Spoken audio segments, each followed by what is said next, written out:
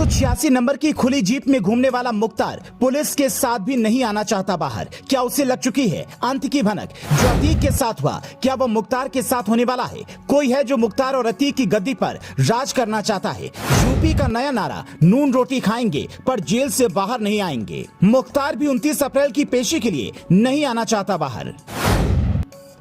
35 साल की क्राइम कुंडली, 60 से ज्यादा केस, 5 बार का विधायक, 8 राज्यों में फैला गैंग, फिर भी मुख्तार अंसारी को सता रहा है जान का डर। वो 2007 की अपनी उस गलती को बार बार याद कर रहा है जब योगी पर आजमगढ़ में जानलेवा हमला हुआ और उसमें मुख्तार का नाम आया।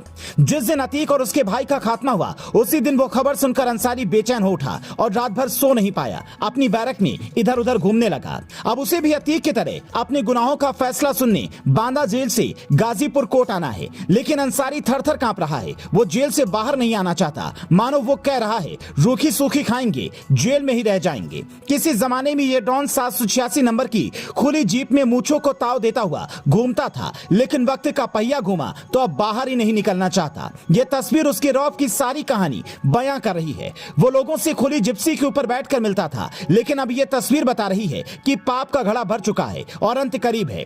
योगी बाबा ने कहा था माफियाओं की पैंट गीली हो जाएगी, लेकिन मुख्तार ने तो पहले ही हार मान ली, क्योंकि जिन 60 माफिया की योगी ने लिस्ट जारी की है उसमें मुख्तार का भी नाम है। मुख्तार के ऊपर अतीक से केस भले ही कम है, लेकिन उसका रसूख उससे कहीं ज्यादा है। यूपी सरकार ने 5 जिलों की पुलिस को 29 अप्रैल के लिए रिजर्व रखा है। मुख्तार कोई आम माफिया नहीं है, उसके कनेक्शन विदेशों तक हैं और देश में राजनीतिक जड़ें भी बहुत गहरी हैं। उसके भाई अफजाल अंसारी अभी भी सांसद हैं और पूर्व उपराष्ट्रपति हामिद अंसारी भी उसी परिवार से आते हैं।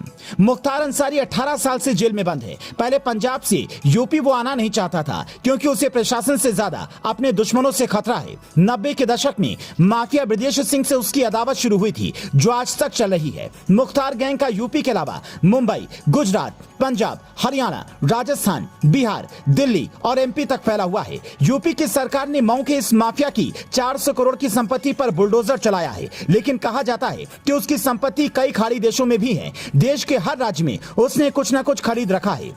मुख्तार की क्राइम कुंडली की लिस्ट एक बार अलका राय ने कोर्ट में सौंपी थी, जिसमें टुनटुन राय की हत्या रघुवंशगंज में मुख्तार गैंग ने कर दी थी। टुनटुन बीजेपी का कार्यकर्ता था। गाजीपुर में झींकू गिहर की हत्या मुख्तार गैंग के लोगों ने लोकसभा चुनाव के दौरान कर दी थी। गाजीपुर में ही सोमनाथ राय की भी हत्या मुख्तार गैंग ने लोकसभा चुनाव के दौरान कर दी। मोहम्मदाबाद पुलिस चौकी के पास अखिलेश राय की हत्या हो गई। इस हत्या को भी मुख्तार गैंग ने अंजाम दिया। 8 जून 2015 को रमेंद्र राय नामक बीजेपी कार्यकर्ता की हत्या कर दी गई। यह भी मुख्तार गैंग के इशारे पर ही हुआ।